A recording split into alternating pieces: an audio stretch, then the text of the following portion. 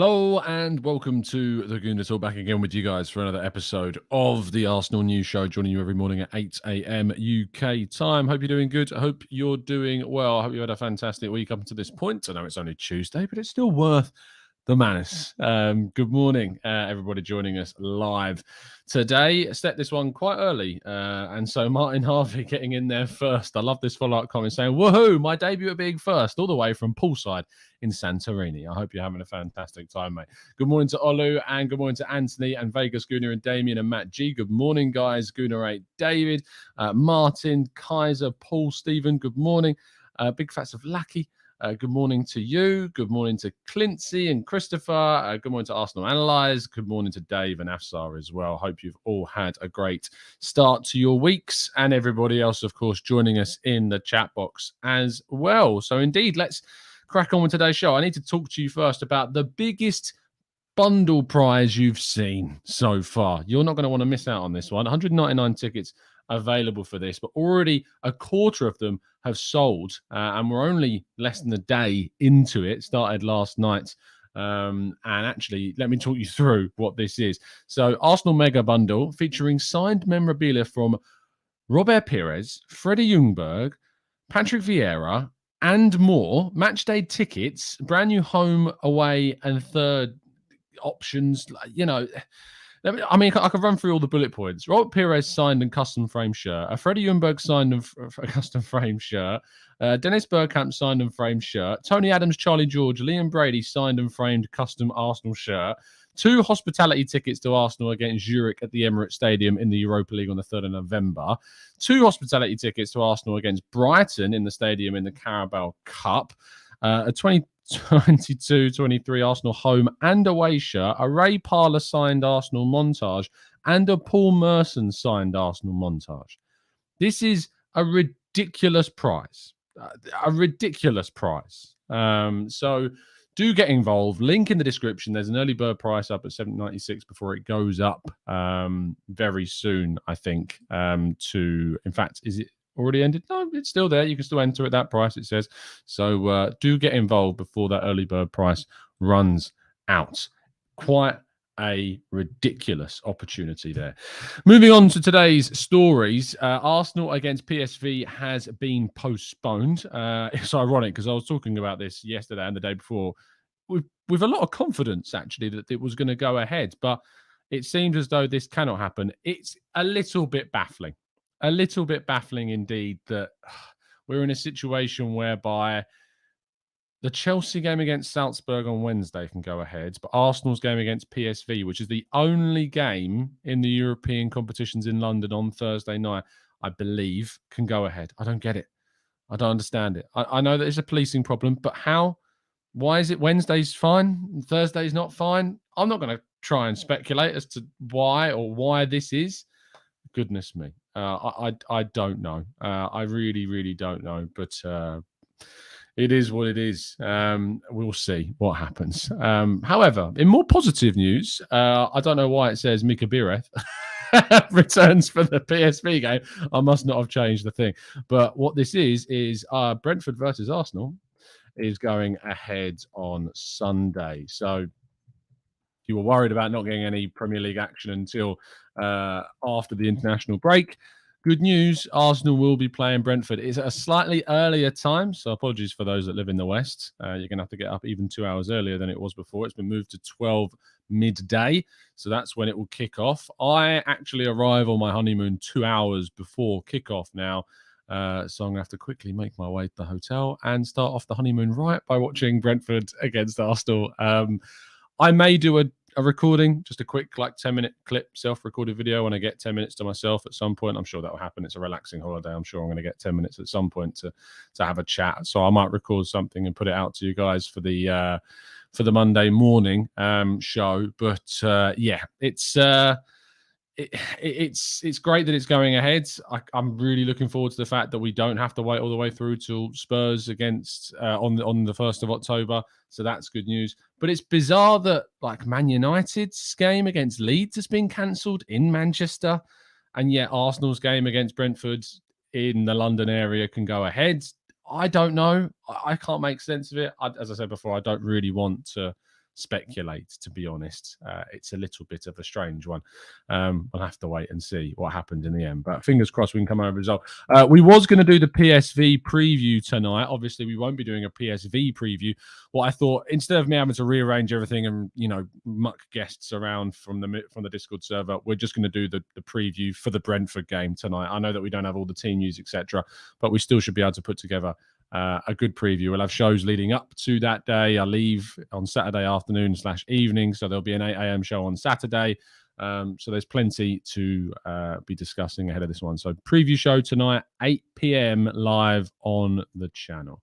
Semi-auto offsides are set to be adopted by the Premier League supposedly from next season. Of course, this is the system being implemented across UEFA and FIFA competitions. It will be at the World Cup in the summer and is currently being trialled in the Champions League at the moment, and it's going very well. It's been very much approved and people are very much liking what they're seeing from the semi-auto offside. So hopefully this is something that we should get in the Premier League from next season. Now, the head of kind of talent identification, if you will, Yousuf Sajjad has left Arsenal. This is a real shame. He's someone who really did help Arsenal to identify some massive talents at the club. The likes of Salah Adine, Mika Biereth, of course, have come through and been spotted. Raul Waters was found by Yousuf as well. So a real loss. He is set to take up a new job elsewhere, but it is a big loss to Arsenal. And Per Mertesacker will now be on the lookout for a new person to come in and help them identify more talent. But he's had a huge impact on Arsenal, found some really good young players, and he will be a big loss. He is set to sign for another club. We don't know who that club is just yet. My bet, probably Chelsea, from the way that things have been going recently. We'll have to wait and see. Marquinhos could yet leave the club on loan in January. There are suggestions that Arteta has been exceptionally pleased. I know for a fact that this is true. Arteta has been bowled over by how good Marquinhos has been. But when it comes to January, and Arsenal potentially look to bring in a wide player to help compete with the forward line, Marquinhos is going to need more regular game time that won't be necessarily as available as it was with the Europa League group stage.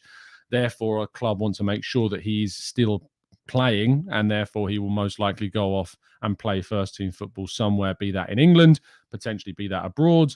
It won't be Wolves after the relationship broke down with them, with this player, if you know the story about how we signed Marquinhos. But Marquinhos is potentially set for a loan move away from the club in January to ensure more regular play time after they have been exceptionally impressed with what he's done so far. Charlie Patino is close to returning for Blackpool. He, of course, got injured in his first start for the team, but he's very close to return to full fitness and could even be involved tonight. The expectation is it's more likely he will play against Millwall next weekend, which is really, really positive. And also, I wrote a piece yesterday breaking some news around Charlie Patino that there is indeed a recall clause in his contract, meaning that Arsenal could bring him back to the club in January if they wanted to. It's something that Arsenal put in most of, if not nearly all of their loan players' contracts, which means, yes, the likes of Fuller and Balogun would have a clause that would allow them to bring him back in January. So Charlie Patino could be recalled in January if they felt that was the right move. However, he's going very well at Blackpool. Blackpool love him. They've really needed to get him back to full fitness so he can come into the team a lot more. But some good news regarding him and more control for Arsenal regarding his loan move. Our headline story of the day, though, is Partey is said to be back in full training, according to James Benge of CBS Sports. Partey has been obviously missing for the majority of the last few matches, and Arsenal have suffered in his absence. Lokonga has deputised to a level, but unfortunately not been able to replicate some of the performances that Thomas Partey has, of course, brought to the Arsenal first team. So him back in full training, potentially in contention for the Brentford game on Sunday, would be a massive return for the club. I wouldn't rush him back. We need to make sure he's fully fit for that Spurs game. So if we can avoid risking him for that fixture against Brentford, then do it. If not, and we need him for that match, then fair enough. But maybe be careful, bring him off, rest him, protect him, because we're going to need him for that game against Tottenham on the 1st of October. And that rounds off all of today's first stories. So without further ado, we're going to go to part 2 and your questions in the chat box. So without further ado, let's do that after this short break.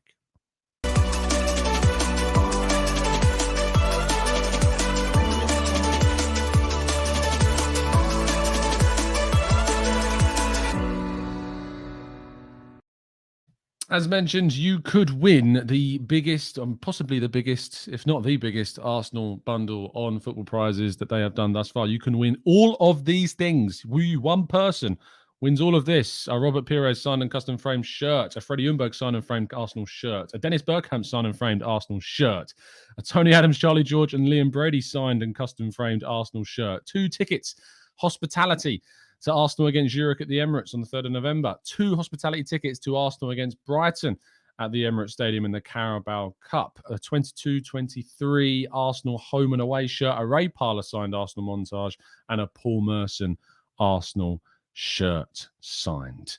Woof. How big of a prize is that? So if you aren't already involved, already quarter of the tickets have gone, which means there's around 150 or so left. There's an early bird price if you get in there quickly. Do not miss your chance to get what is one of the most exciting Arsenal prizes I personally have ever seen. So there you go. Get involved. Link in the description down below. Let's go to your questions. Afsar says Thomas Partey is playing for his country, isn't he? He has been called up to play for Ghana over the international break. How much he will play is another question. I was talking to Bailey about this the other day, and he raised the point that saying that because he's the club captain, even if he wasn't to play, him being in and around the last international kind of group before the World Cup would be important. Of course, that will hopefully come through as him being fine over the international break. So that's, fingers crossed, going to happen. Answer says, how do you know if you've won? Good question, actually. You know, basically they do a draw on Facebook. All the information is in the link that I've provided in the description. If you read through all the terms, conditions, all of that, the prize will be drawn on their Facebook page on 8:30 on the Football Prizes website on Monday, the 19th of September. So there you go. That's how you will find out if you win. So Football Prizes Facebook page, live drawing for that competition.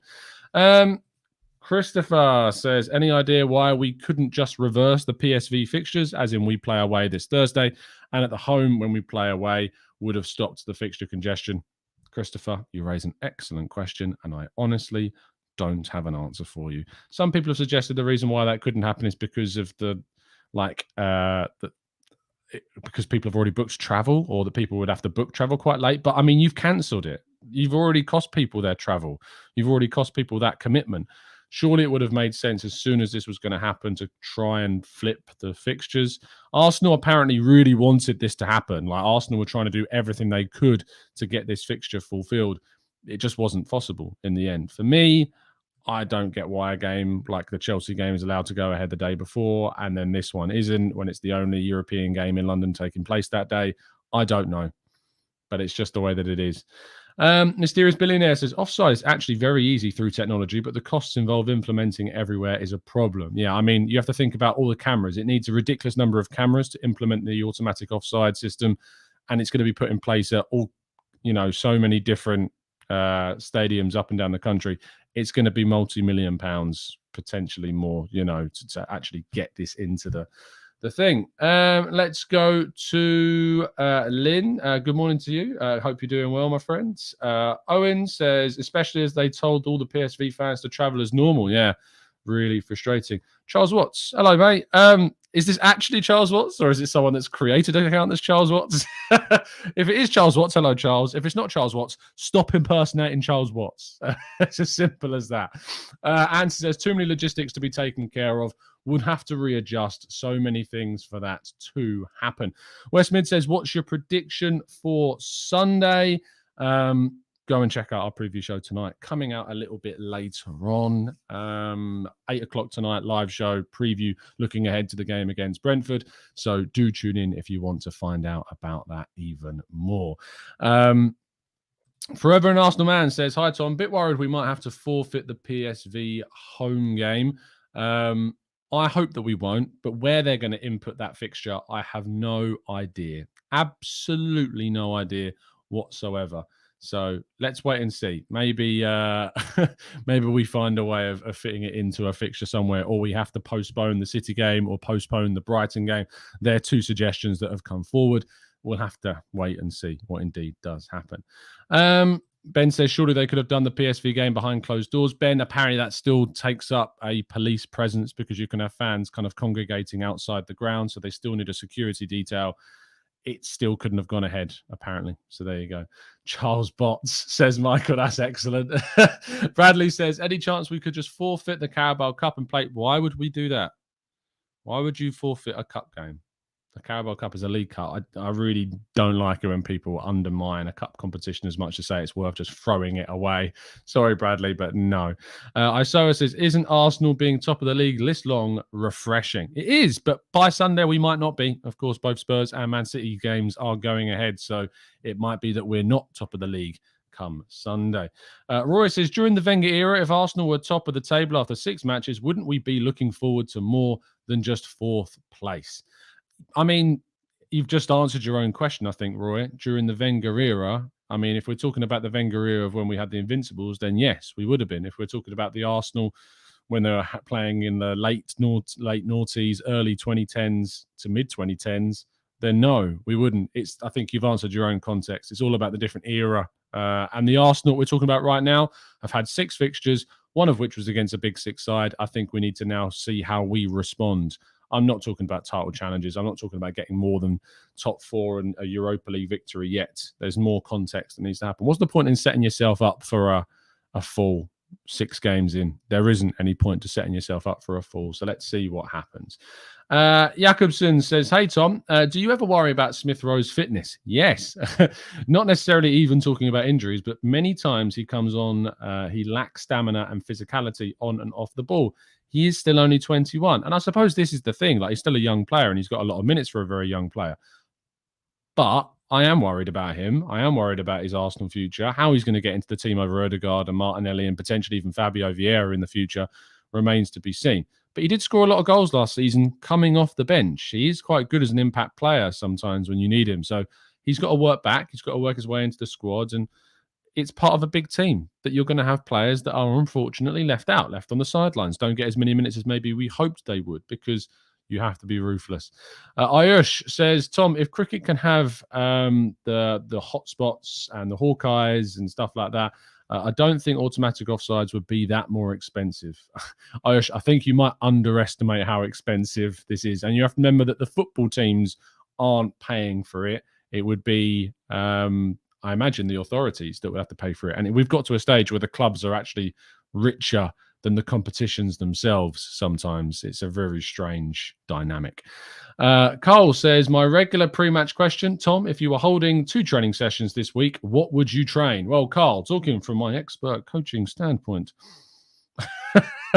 well, I don't have. What have been the main issues so far this season? Let's answer this question this way. Arsenal have been really kind of left open on the counter-attack. So if it's possible to teach and coach a team, which I don't know if it is or not, Clive would know better than me, how to better defend when you've overcommitted at times, maybe that. One-on-one defending, potentially. 2-on-1 defending.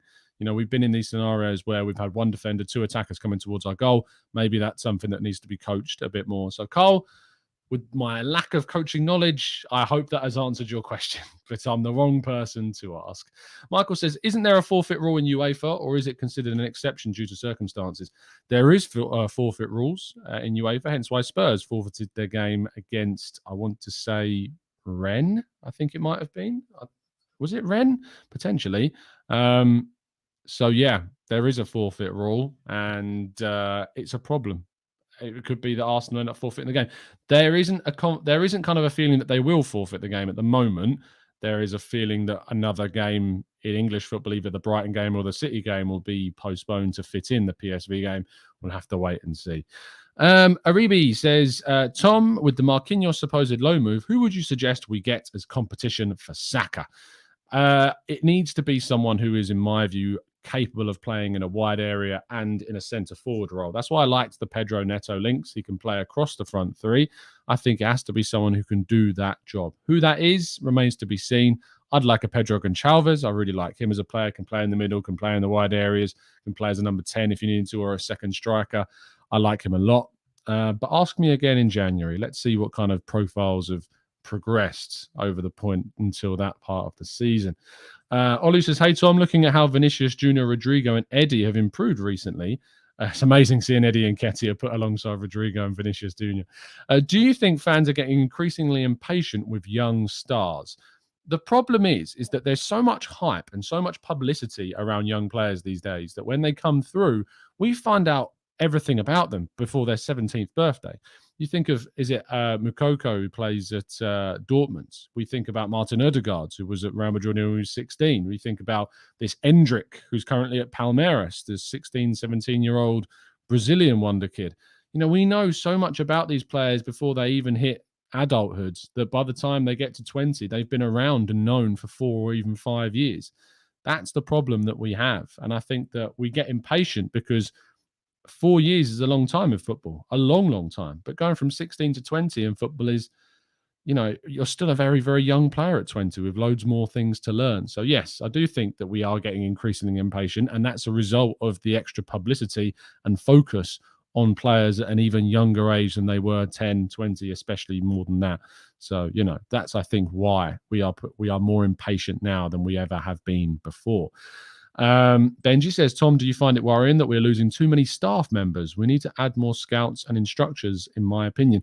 Benji, there are a lot of things that go on behind the scenes and a recruitment that happens that sometimes gets overlooked and missed. We have actually brought in a number of scouts for the domestic leagues, for France, for Spain, for Germany. We've brought loads of them in the last 18 to 24 months. So I'm not concerned about people moving on because Arsenal are adding significant quality in terms of talent identification as well. So don't be too concerned by that yet. There are a lot of people being added to the staff as well. Matt says, have you ever thought about having guest hosts while you're on your honeymoon, Tom? Matt G, yes, I have. However, I am an incredibly, ridiculously bad control freak. And the idea of that actually scares me, even if it was someone that I trusted wholeheartedly. And I have thought about it. But there's going to be content for you at 8 a.m. every morning. So don't you worry. Hopefully, nearly every morning at least. There's going to be stuff for you, Matt. So don't worry. But I am a ridiculous control freak. So, yeah, it would be tough for me to kind of relinquish hosting duties. That's for sure. Isoa says, what's an acceptable number of losses in the league to guarantee top 4? I don't know. I mean, let's have a look at the Premier League table from last season. How many games both Chelsea and Spurs ended up losing? Let's have a quick look. 2021-22. Chelsea lost 6 games. Spurs lost 11 games and still finished just 3 points behind third place. And that's the thing, is that Liverpool lost 2 games last season, which was less than City, who won the title. If you want to be title winners, you can only afford to lose 2, 3, 4 games, really. A lot of draws, 8 for Liverpool, 6 for Man City in 21-22. It's, you just can't fathom the idea that Arsenal would only lose 2 or 3 games a season, seeing as we struggle to win away at big 6 teams quite often, other than Chelsea these days. So that's the level. But to get top 4, Chelsea lost 6 games. I think that we lost 13 last season. We need to try and get us into single digits, really. I think single digits should be the target for losses. That's a significant improvement on the 13 that we had last year. Too many losses. Only 3 draws, and we need to turn a lot of those losses into draws.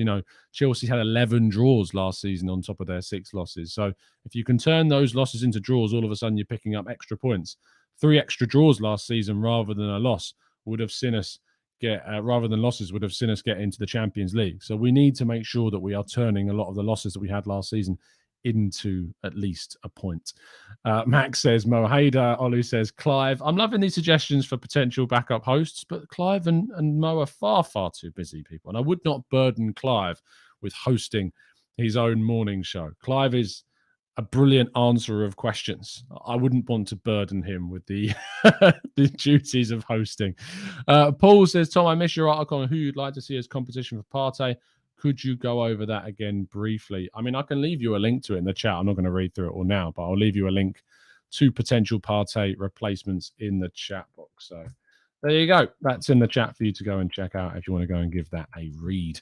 Lynn says, Tom, would you play Marquinhos instead of Saka on Sunday to give us something different? No, I would play Saka. I'd have Marquinhos on the bench and bring him on. It's as simple as that.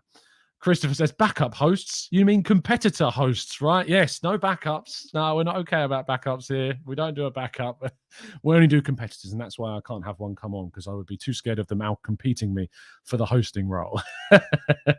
Ira says, Tom, who do you think hypothetically might be a better Quidditch coach? A football coach, a handball coach, a rugby coach, or a basketball coach? Isn't it not called Quidditch anymore? Didn't they change the name? I swear I saw a story about that. I imagine you'd think a handball coach would be, right? Because it's more of a round ball. So, yeah. I mean, what kind of question is that for an Arsenal morning show? Roy says, missed out on the live show where other vlogs were discussed. In my opinion, yours is by far the best. Oh, thanks, mate. That's really kind. I didn't read that on purpose. I swear. I literally just pick and point and click at comments. But thank you, Roy. That's very kind indeed. Arteta's Lionel says, I'm sure I've seen articles about 9-year-olds being the next Lionel Messi. Yeah, I mean, do you remember when we signed that Leo Messo? I think he was like 7 or something, ridiculously young. Yeah, it's ridiculous, the coverage of kind of these young stars coming through. I remember the article that when we signed Charlie Patino from Luton in his early teens, said to be the next whoever. He's going well, really, really well. But yeah, there is far, far too much kind of hype around teenagers these days. And that needs to be tempered, in my opinion. Far, far too much pressure gets put on these young guys and girls, of course, way too soon. Way, way too soon. And that needs to be able to stop. Matt says, Tom, is it my mistake, or did you previously mention that Football Prizes competition was also open to others outside the UK? It is open to others outside the UK. It is tricky, though, I think, to do it. The way I think that I know a lot of people in the US do it is they use PayPal. So use PayPal if you're outside of the UK and you want to get involved with Football Prizes. If you do it through PayPal, you should be able to buy tickets without a problem. Ollie Roll 6 says, I'm not imagining a show in the afternoons where people review the quality of Tom's efforts in the morning show. The raw reactions to the morning show, the tactical breakdown of Tom's presenting skills. Yes, I would get ripped apart, I'm sure, because apparently I waffle too much at the beginning of shows. My microphone goes high and low too much. Anything else? I'm too mean to trolls in the chat. Maybe that's what would be my critics. King says, how many points do you think we'll get in the next 5 Premier League games? Let's have a look at Arsenal's fixtures. So we've got Brentford, Tottenham, Liverpool, Leeds, City. It's a big 5 games. Of course, that City game could get postponed in place of the PSV game. We'll have to wait and see. So Brentford, I think we can win. Spurs, I think we can win. Liverpool, I think we can win. Leeds, I think we can win. City at home, genuinely, if we play like we've played, I think we can win. I'm not going to say 15 points. I think 11 is probably more realistic. But we have a chance of winning all those games. And what a great place to be. What a great feeling to have, knowing that you can go into games against sides like Liverpool and Man City and still have an air of optimism that you can get a result at home against those sides. I have that optimism, especially if we have players coming back from injury, like Thomas Partey in particular. It's great having that feeling. It's great having that excitement around Arsenal again and feeling that, we can really go and win these games. That's an amazing thing to have. And I'm glad that Arsenal have got that winning feeling and that excitement back at the club, because it's absolutely key. Dan says, Tom, I've not entered Football Prizes. There's no point anyone else entering as I've already won. Let's face it. Oh, I have entered, he says. Dan has won a ridiculous number of our prizes. And so it's up to you to try and beat him. Don't let Dan win another prize. He's won signed Aubameyang montages. Was there a shirt as well? I think you've won, Dan. Yeah, you've got very, very lucky indeed. Dan George says, do you think we've got one more transfer window of big spending to get it right? Spending will have to stop sometime and revert to a one-in, one-out policy. I think that there is obviously always going to be spending to a certain degree at Arsenal in modern football. But you're right in saying that there needs to be a shift in the 5, 6, 7 players that Arsenal have to sign every window. we need to get a point where we're looking at the likes of City and Liverpool that only bring in 2 or 3 a season. I imagine Liverpool are kind of starting, though, to head towards that big overhaul because they've got a lot of aging players and they will need to go out and spend a lot of money on overhauling the midfield and the defence at some stage because they've got aging players in the group. But yes, I do think that Arsenal will lean more towards better selling players that maybe we don't necessarily want to see sold, but we might not be able to say no to some of the offers that come in for those players. Kieran Tierney, Emile Smith-Rowe, you never know what might end up happening to players like that. I know it seems mad to try and think about those guys moving on, but you think about big teams, they'd let big players go, even if they've come through their academy. It's part of what is getting to the top. If players aren't playing, they're going to want to try and move to get more game time elsewhere. And that is just part of being a big team at the top of the table. And that's where we want to be. So you go, Paul Merson kit, says Dan. There you go. Let's go to Benji. He says, do you think the media will ever start taking us seriously? Do you think the players will be able to handle that kind of pressure? I don't think we need to worry about everyone taking us seriously. I'll tell you what, when I was in the press box at Old Trafford, the feeling was that Arsenal were the better sides. The feeling is that this Arsenal team are still something very special. And I don't think people are genuinely taking Arsenal or underestimating Arsenal. I think there is an element of, whipping up a bit of a storm to provoke Arsenal fans' reactions. But overall, I think that the feeling is that this Arsenal side is highly appreciated, very well respected, and there's a air of anticipation about what they could do this season. So let's see what indeed does end up happening. Let's scroll up. I feel like I would have missed a lot of questions. Let's scroll up a little bit more. There's some really funny comments. I sometimes feel like I just can't read that one out. Black Kid says we could have drew that United game and got a point. I mean, yeah, we could have obviously got a better result had we maybe have been, I don't know, we could have been a bit more resolute in how we approached the game after we got the equaliser. So, yeah, it's a fair point. Absolutely, we could have turned that result into a draw. Let's go to Fuad, who says, I don't mind selling our better players so long as we replace them with similar or better quality, unlike when we didn't during the Wenger years. It's about making sure that if a player moves on, that you've got the relevant cover and that the players you're bringing in are of a level that are quality. This is why I say about no more backups. I don't want backups at the club anymore. Max says, Tom, I would not forgive Arteta and Edu if Graham Potter gets the best out of Amari Hutchinson. I would be crazy upset. I mean, we look and say Arteta and Edu, but ultimately he had a year left, or maybe even less than that, on his deal remaining at the club. And if he doesn't want to sign a new contract, he doesn't want to sign a new contract. I don't think we can just turn around and point the finger at Arteta and Edu and say, hey, you, stop playing Ødegaard and stop signing £34 million attacking midfielders and stop playing Saka and stop playing all these guys. Play Amari Hutchinson. I don't think you can do that. I don't think you can just, you can't be held to ransom to a young star that's not necessarily, shown yet that he is of a starting quality. I mean, he's gone straight into the Chelsea under-23s. I don't think he's gone on loan. He's not playing in the first team. Maybe he'll get called up for some of the Carabao Cup games. We'll have to wait and see. But we haven't seen anything from him as of yet. And, and because of that, I'm not particularly concerned.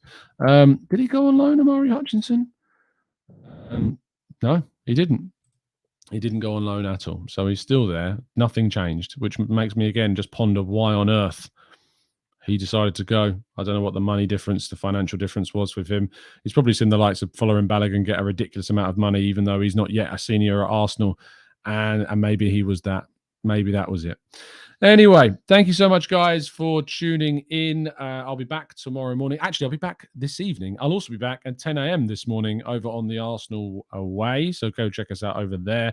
As I mentioned at the start of the show, don't miss out on this ridiculously mental prize. Link in the description, as always, to check out how you can get involved and how you can end up winning it.